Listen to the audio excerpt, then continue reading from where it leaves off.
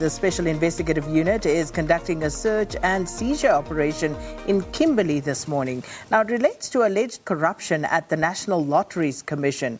The SIU last week said it had uncovered a web of corruption related to NLC funding, with money allegedly going to NLC officials, board members and their families. In the Northern Cape, relatives of the NLC official allegedly received more than 20 million rand to build a museum, with $1.5 million going to an official to build their house. So for more on this, we cross live now to our reporter Ulrich Hendriks, who is in Kimberley for us this morning. Ulrich, good morning. So quite a harrowing story, this one, if you think about all the assistance that is required from the Lotteries Board and then uncovering a story like this. But please tell us where you're at and what's happening there this morning. Hi, good morning, Sakina. Well, we at the National Lottery Board, their offices here in Kimberley. The SIU, together with the Hawks, pounced just shortly after 8 o'clock this morning. And we spoke about the museum and the fact that there was some malfeasance in the awarding of funds to that project. But the SIU tells us now that it is much more and much greater than we actually anticipated. Let's talk to Kaiser Khanyago. He, of course, speaks on behalf of the SIU. Kaiser, how bad is it in terms of this operation that you're doing today?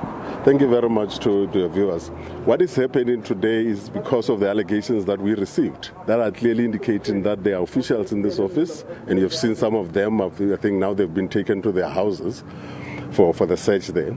What has happened here is the allegation is that they have got runners outside who go and approach different NPOs in the province and then ask them to come and to apply for funding from the Lottery Commission. And once that is done, they then receive 30% of that, the officials together with this runner. Each and every transaction where they have facilitated the NPOs to be given the funding, they get 30% of that amount in cash. And that is why we felt it was important not to request for this information, because people will destroy the information, but to come personally and collect this information and go to the houses of these officials to make sure that we get all the evidence that we need for the purposes of our investigation.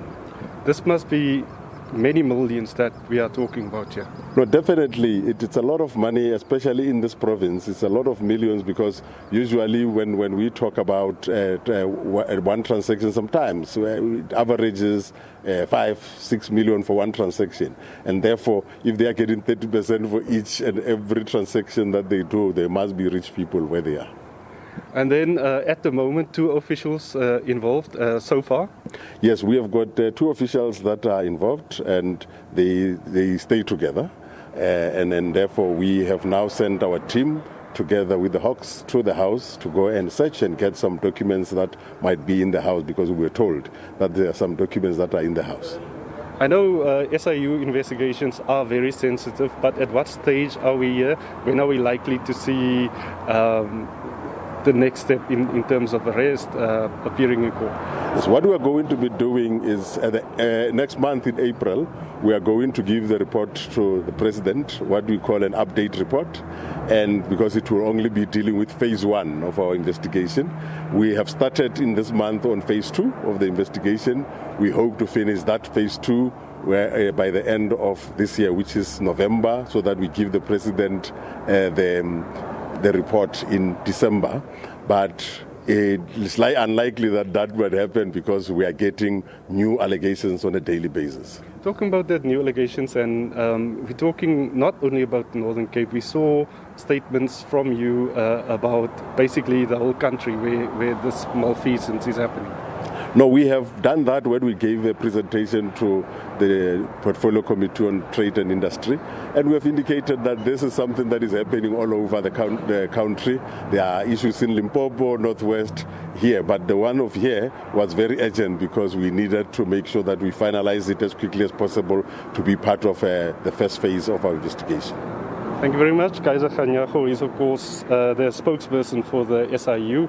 Of course, talking about the seize and seizure operation here in Kimberley in Northern Cape. Of course, looking to officials involved at this stage. Of course, like they're saying, they would approach NPOs, ask them to apply for funding, and then they would get kickbacks in the region of about 30% for this. So many of these projects never got off the ground, and then other officials working here at the NLC would then inquire about why these